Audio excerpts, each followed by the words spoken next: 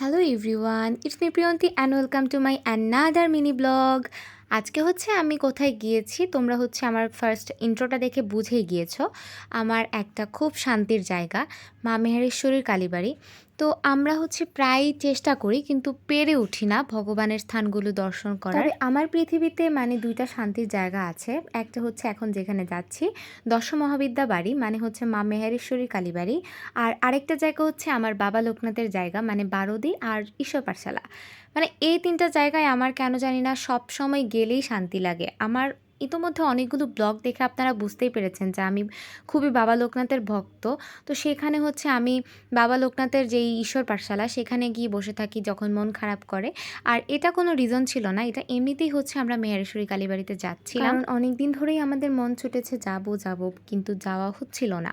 তো ফাইনালি আমরা গেলাম।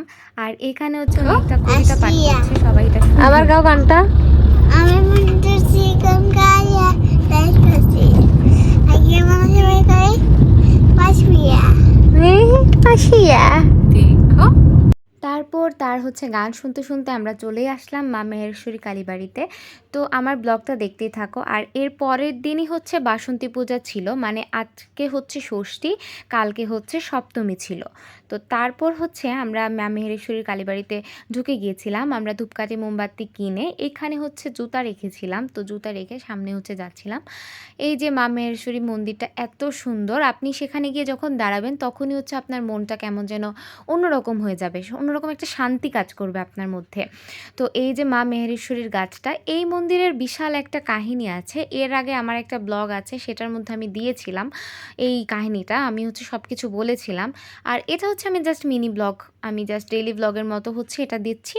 আর আগের ব্লগটাতে আপনারা দেখতে পাবেন, আমার পেজ একটু ঘুরলেই দেখতে পাবেন, বা আমার ইউটিউব চ্যানেলটা স্ক্রল করলেই বুঝতে পারবেন আগে যে এই মা মেহেরেশ্বরী কালীবাড়িটা সম্পর্কে আমি কি বলেছি, বা এটার কি ডিটেলস ছিল, মা কেন দশ মা মহাবিদ্যা, আর এখানে কেন মায়ের গাছতলাকেই পুজো করা হয়। এটার বিশাল কাহিনী আছে, একজন স্বপ্ন দেখেছিল, তারপরে এইসব এই মন্দিরটা তৈরি হয়েছিল। তো তারপর এই যে এটা শিবের মন্দির। আর ওই পাশের যে গেটটা দেখতে পাচ্ছেন, ওই পাশের বাম দিকের গেটটা বাসন্তী পূজার গেট। তো আমরা এই যে সেখানে প্রণাম করে তারপর চলে যাচ্ছিলাম। তো তারপর আমি যেতে যেতে দেখি এখানে কি সুন্দর ধানের ক্ষেত। তো ধানের ক্ষেতটা দেখে আমার খুব ভালো লেগেছিল, তাই একটা ভিডিও ফুটেজ নিয়েছিলাম।